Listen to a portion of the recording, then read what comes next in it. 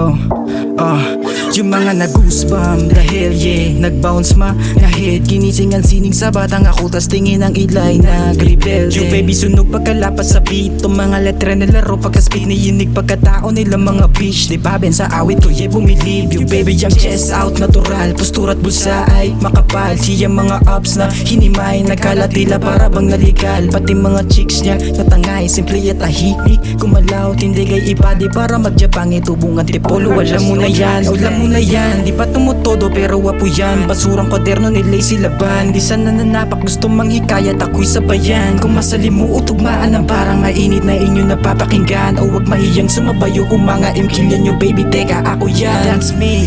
You baby you know what's swabe ba? You can speak, yeah. O pagkalabas ng awit na mati yung bitch, yeah.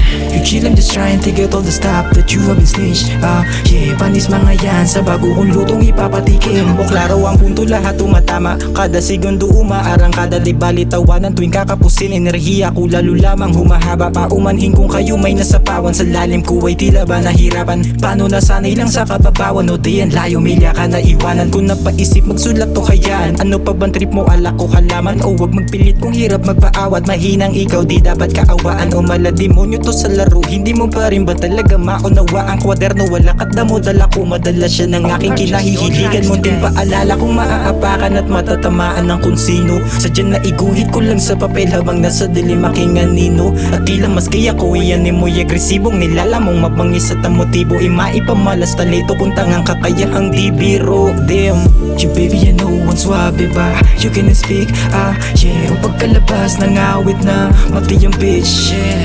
You chill, I'm just trying to get all the stuff that you have been snitched, yeah. Panis mga yan sa bago kong lutong ipapatikim. Kada talata ay dahan-dahan na nagkanda buhol-buhol, tila marahang iniwan sa kada damdamin isipan. At napatanong paano papipigilan ng hahalimaw sa mikropono kahit hindi na aminin. Hirap at bigat din kasing bumili. Kung tanging rason ay katulad ko lamang kung bakit ang lagay nila ay tagilid.